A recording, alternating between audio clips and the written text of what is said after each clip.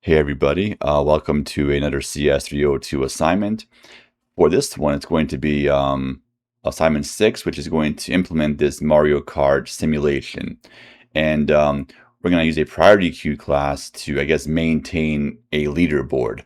And the idea is that we're going to have a priority queue where we're going to map, or our key is going to be the racer name, and the priority will be a decimal or double type, and that double is going to tell you the distance of that racer from the finish line. So of course, a racer that's the closest or smallest distance from the finish line would be in first place.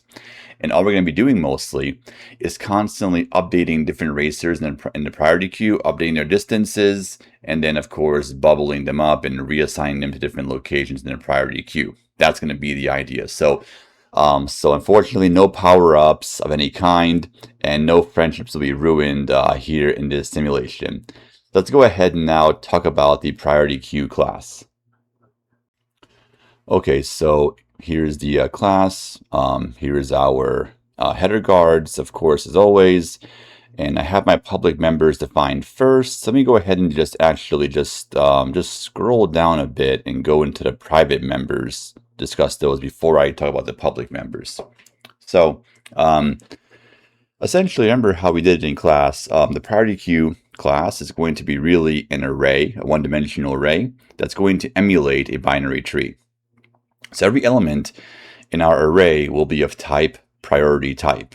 And in a priority type, we have our key and priority fields. Remember, the key is going to be really a T1, which will be a string, and T2 will be a double for our assignment. So the priority will be a decimal or double, which will tell you the distance from the finish line. So of course, we're going to sort of organize our structure and essentially respect the priorities, essentially.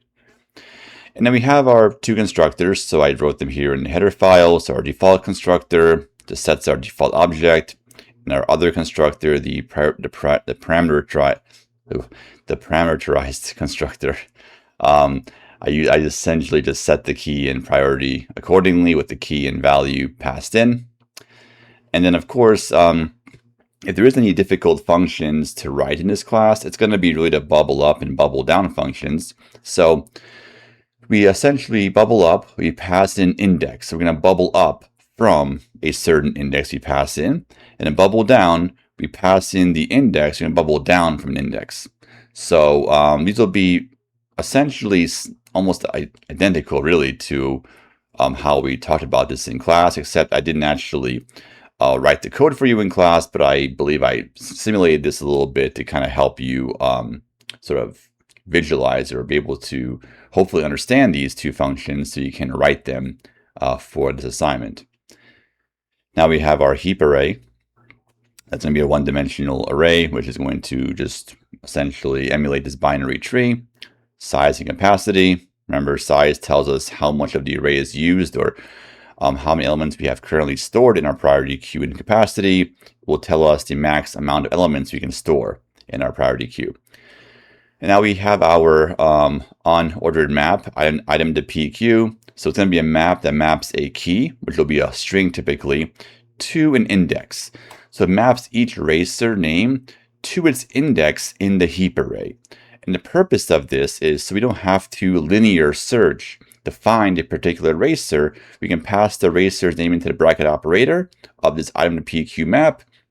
It returns the index, and then we go to that index in the heap array, and we, of course, can update racers that are currently in our priority queue to kind of implement this Mario Kart simulation in main. Okay, so that's our private members. Let's look at our public members really quick. So we have our constructor, our default constructor that's given to you. We have our size is 0, capacity is 5, and we allocate the array of capacity. Now, I think sometimes in class what I do is I use capacity plus 1 instead in some cases, because remember, index 0 will be a throwaway. So in this case, I don't use capacity plus 1. So we're going to have elements going from 0 to 4. That will be our, so if our capacity is 5, then our array will range from 0 to 4. And 0 will be a throwaway. So elements 1 through 4 are going to be actually used. So I guess keep that in mind when you initially have your object. But as you resize, you can, of course, maybe use capacity +1 if you want, but it's not going to make a big difference in terms of the logic. A little bit of an offset, but not a big deal, really. So there you are. Now you have our destructor, pretty basic. So we're deallocating a one-dimensional array, nothing fancy there. Pushback and pop front. These two will be the same code literally used in class, so check the notes. You can, of course, shrink the code a little bit because you can now use this priority types constructor instead of having to allocate the object and then do .key.value. So you could actually shrink the amount of lines of code for pushback, but in reality, you can use the same exact code as given to you in class. Pop front, same code you can use that's given to you in class, so pretty basic. So over here, let's take a look. So I'll look at the update element in a little bit. Let's look at the get element functions. This one, essentially, if you pass in a key, it returns the priority of any element. So this is going to be using the map to find that. So you want to find a matching key in a heap array, return that key's priority. Again, front priority, get front key. These are simple. These will basically just only get the root node's priority and root node's key. I'm not sure if get element function is going to be used in our main, but when I had certain assignments in the past, in some cases you had to return the priority and update it and then pass that updated value into the update element function. But I think in this assignment, we're not going to have to worry about that too much. Or actually, no, I think it's going to be used. So you will be using this get element to retrieve the priority, update the priority, and then pass the updated priority into the update element function. So it's going to be used actually. So my mistake. So anyway, there's that. Is empty. Pretty simple. So if size equals 0, then there's nothing in your priority queue. So return true. If size is larger than 0, return false. It would not be empty. So that's the public members update element function. I'll go over this in a little bit of detail. This function, you pass in the key and you pass in some priority. You have to search for that key in the heap array using your itemToPQ map. You find that index, you reassign the priority with this parameter, and then call bubble up on that element at that index.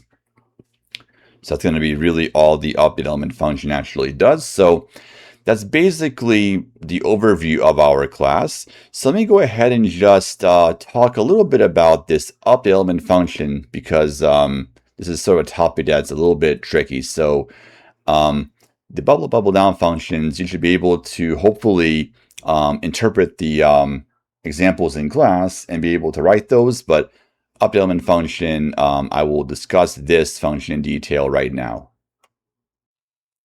Okay, so consider the following setup. So here's our priority queue. Remember, we're going to be using the array, but this array can emulate a binary tree. So in our heap array, the names in red are going to be the keys, and then the numbers in blue are going to be our priority values. So it's going to be a min heap. So remember, the parent element is less than both children. So it all works out here. So remember, each element in this heap array, each of these boxes is going to be a priority type, and priority type has a key and priority fields within it. Okay, so let's suppose here's our itemToPQ map. So it's going to be unordered map, so the keys will be in no particular order, and just notice like how we can sort of look at this. So Luigi, if I were to take the itemToPQ, and for example, if I were to use the bracket operator and pass in some string, in this case Luigi, it would return 2. And that value 2 tells me the index of where Luigi is in my priority queue. And same idea, if I wanted to find, let's say, Toad in my map, well, I could of course pass in the string Toad, and it would return back the value 5. That's the value associated in the itemToPQ map. So the key will be the racer name, and the value will be some index, in this case 5. 5 tells me that Toad is at index 5. So this map is going to allow us to quickly locate elements. So here's, I guess I have it kind of arranged here just like this. So if I want to update Toad, let's say from like 10 to like 2, let's say Toad becomes the best. And there's no power-ups in this setup. Let's suppose for now, though, there is a hidden power-up somewhere, and Toad suddenly springs forward. So you can actually do is something like this. You can have your heap array at index item, or I think it's items or item. Well, anyway, you get the idea. Items or itemToPQ, and then bracket Toad. And then, of course, you can do like dot priority equals something else. So this is going to return the index of where Toad is in the heap array. This returns back to us 5. And then we do heap array index 5 dot priority. We reassign it from 10. Let's say I'll put 2 over here to be the value 2. And then after we do this, you have to, of course, then call bubble up. So inside the UpdateElement function, after we do this update, we have to, of course, call the bubble up function and pass in the index of where Toad is. And of course, we can just use our map.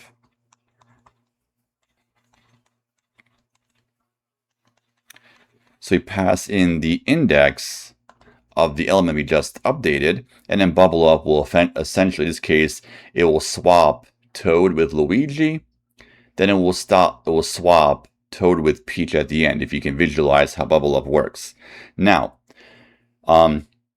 additionally, so I might not have covered this in class, but additionally, when you have to do swaps in your bubble up and bubble down, it's not enough just to only swap the actual the key priorities. You have to also swap their values in the itemToPQ as well. So for example, if I call bubble up from index 5, so I pass index 5 because this itemToPQ Toad returns 5. So we're going to bubble up from index 5. What will happen is, again, bubble up will compute the parent index, Luigi, and we determine that Luigi's priority is not less than Toad.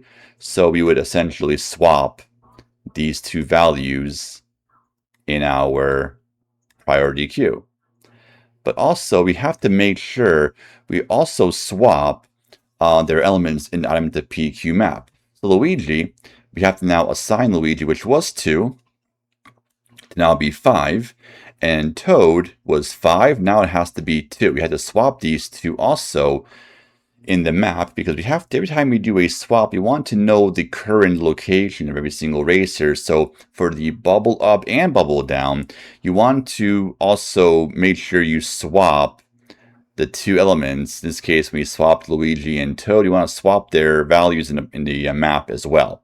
And then likewise, we then have to keep bubbling up. We compare Toad's value of 2 to 3. Toad is smaller, so Toad again would swap with Peach, like so. We have to also make sure that we also swap, so Toad and Peach. So Toad now has the value 1, and Peach now has, it's now Peach's location is now index 2 in the array. So essentially, this will allow us in constant time to update. If you didn't have a map, you would have to linear search our heap array until we find our matching key, update, and then bubble up, which would have a runtime of linear to do this traversal, where here it takes constant time to update, and then plus login time to bubble up. So this is going to be an improvement to linear searching through our map. So again, you want to make sure when you also pop front and push back, every time you insert something new, you have to update the map. Whenever you swap any two items in your heap array, also make sure you swap the elements in the map as well.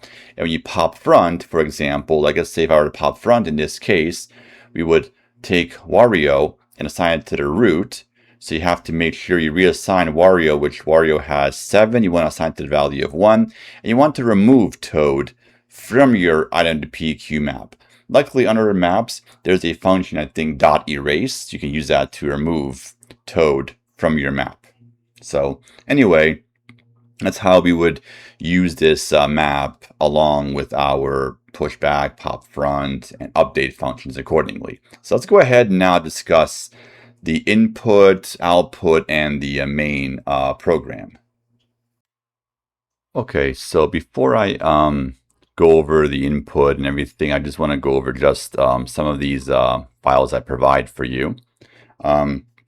So here is again our PriorityQ implementation file. I just have everything set up for you where it should all link just fine. You have to fill in the blanks of each function, but nothing else has to be really done. And again, at the very bottom, I have these two templates defined because we're going to be linking these implementation files to, or in this implementation file to multiple external mains. So this way, we're going to be expecting to have just really two types of PriorityQ objects. It'll be a string to an int, where string will be your key type, int will be your priority type, and then you have also PriorityQ objects where you're going to have a string mapping to a double, or you have priority will be a string, or sorry, the key will be a string, and the priority will be a double. So this will allow you to kind of link these to an external main file. So here we have just one of our, just a simple test file, which is going to be used in code grade. So I guess I refer to several, bands from when I was younger. So essentially we do a bunch of pushbacks right there. And we can see here we have this PriorityQ object where the key will be a string and the priority will be int. So we insert them in, then we do some updates. Of course, each update would cause a possible bubble up to happen. Then we just simply output everything by one, output the root node, remove the root, and then we just keep doing this until everything in our queue is empty. Then we have, let me see, I think it's only tests we have. So okay, so that's only tests we do. Then of course you have our mains, but again, I'm not going to provide you with the main. You have to write your own custom main. And I guess let's go ahead and now just talk a little bit about the main content.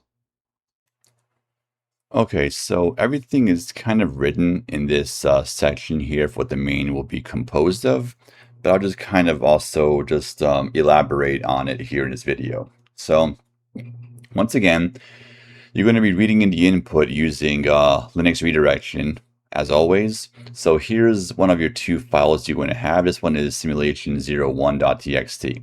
So in this file, the first thing you're going to have is you're going to read a bunch of names until you hit the word end. Now simulation 2 is the same setup, but then there's going to be more names you're going to have to worry about. So same idea. So the first step is you want to just essentially insert each racer into a PriorityQ object. So it's going to be a PriorityQ of string to double. So the string will be the racer name and double will be a distance. And originally, every racer's distance will be 50 away from the finish line. So they're all going to have the same starting position. So you would insert Mario 50, Luigi 50, Bowser 50, Peach 50, all of these one by one until the word end is read. Once you read the word end, you are done with that input phase of reading in your original racers, and now you will begin your simulation. So the simulation goes as follows. So essentially, you're going to have, I guess I have them in 2 lines, I guess, for whatever reason. So essentially, these 2 lines come in pairs. So in this first interval, you're going to read Donkey Kong and 33.9. So what you want to do is you want to actually call the function UpdateElement, pass in Donkey Kong, and then pass in this value. So actually, I guess I was correct. You are not going to need to use the function, let's see. I'll have it even written here in the PDF, but there was a function earlier which was get element. Yeah, you will not need to use that actually. So I was correct originally, but I kind of second guessed myself. So you would read in the string and a value, call the UpdateElement function, pass in Donkey Kong and that number, and that's going to of course reassign Donkey Kong's distance and of course bubble up Donkey Kong. Then the same thing, now you do next 2 lines will be for next racer. So you're reading Luigi in 34.8. So of course you have to do update element and pass in the name Luigi and pass in this value 34.8. It will assign Luigi's value from 50 to 34.8, and it will cause a bubble up from Luigi. Same thing for now for Bowser, then Mario. Then the word done is read. Once you hit the word done, then the first interval. So we're essentially going to simulate interval by interval. So one interval is like 1 second, we'll say. So this is going to be all the updates that were done in 1 second. So where done is read. Now this will be the next interval you're going to have to process. Now, there are 2 ways the interval ends. Either the word done is read, and when you read the word done, that's the end of the current interval. Or if in this current, just say here's our second interval, if every racer gets updated in this interval, then we automatically then start the second interval. So there's 2 ways to escape, or 2 ways to finish one interval or 1 second of your simulation. Either the word done is read, or every racer that's still in the race has been updated. If that happens, then we want to immediately begin our next interval. And also, we will only update one racer in a current interval. So for example, right here, I actually update Donkey Kong right here, but then I try to update Donkey Kong again.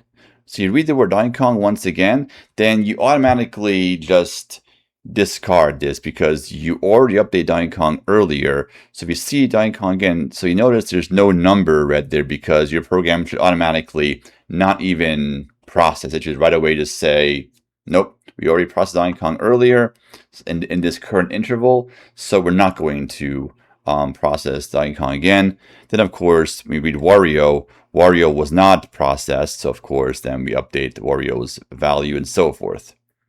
Now again, we read the word done, but again there's 2 ways to end the interval.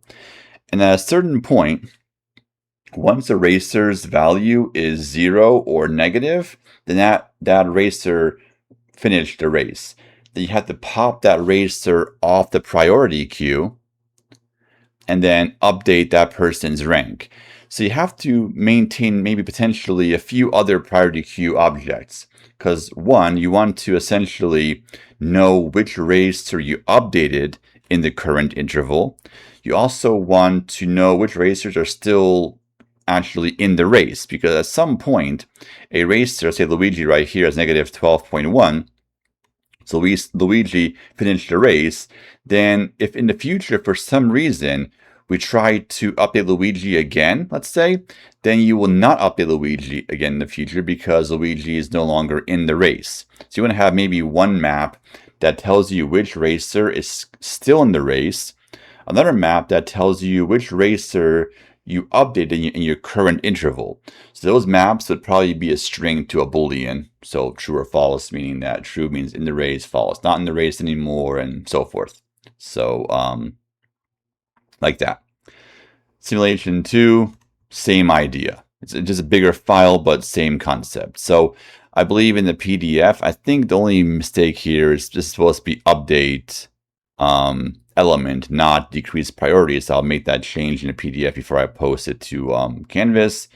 But that's really kind of the idea. So all we're doing is, once we insert our racers, we just simulate several intervals. And of course, the program finishes once every racer has finished the race, or every racer is popped off of this priority queue, we're done.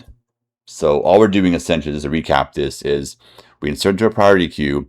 Each interval, we update a racer, bubble it up. Update a racer, bubble it up. And then we do this for interval after interval. And as we progress, some of the racers end up finishing the race. We update the priority queue by removing that element. And that's basically all we're actually doing. So let's go ahead and now just sort of run the output, or sort of run a test run of this program, and then we can end the video. Okay, let's go ahead and just first run our PQ test file. So once you have your G++, once you have your priority.cpp completed, pq test.cpp.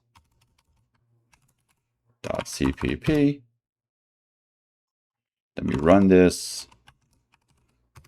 And that's the output you can expect. So it's going to, of course, it's going to test this output on code grade. Now for your main program, again, it'll be G++. I think I'm just going to move up on my arrow key instead. There we go. PriorityQ, and then main.cpp, and ./a.out, and we're going to feed in our simulation01.txt. So there we are. So this is the output interval 1. We updated these racers. Interval 2, we updated these racers. Now, as I mentioned earlier, in some cases, if we try to update Donkey Kong again, the same interval, we actually let the user know that we already updated them. Update the rest. Interval 3. So again, remember, interval ends whenever we hit the word done, or every racer that's currently in the race still all updated in our current interval. And all we're doing is one by one reading in a racer name and some value, and we just call the update function, and that's it. And of course, then after we finish the interval, we also check to see the root element, if the root node has finished the race yet or not. So if I say root node's priority is 0 or less, then we know that racer completed the race. So interval 5, you update Luigi and Bowser. Interval 6, Luigi and Bowser have both finished the race. So we first pop Luigi off the priority queue, and Luigi will be in first place. We then popped Bowser off. So essentially, if you recall, with priority queues, if I popped Luigi, that was first place. So obviously now Bowser would be in first place among all of the remaining racers. So Bowser, if you pop Bowser off, then Bowser is really second place, among every racer. Then we update Toad, and then we actually do some more updates, but at some point I think we're trying to update Luigi or Bowser, and the problem is that Luigi or Bowser has already finished the race, so we're not going to update. So we don't update the racer if either that racer is no longer in the race anymore, they already finished the race, or if we already updated that racer earlier in this current interval. So again, I do have details in the PDF, but this is going to be our program. It's going to be the output portion. And of course, I can provide this output as well in Canvas. And of course, to run the other one, it'll be the same idea. We just have to just do ./a.out and then pass in simulation02.txt. And again, remember, this will allow cin to be our ifstream variable. So,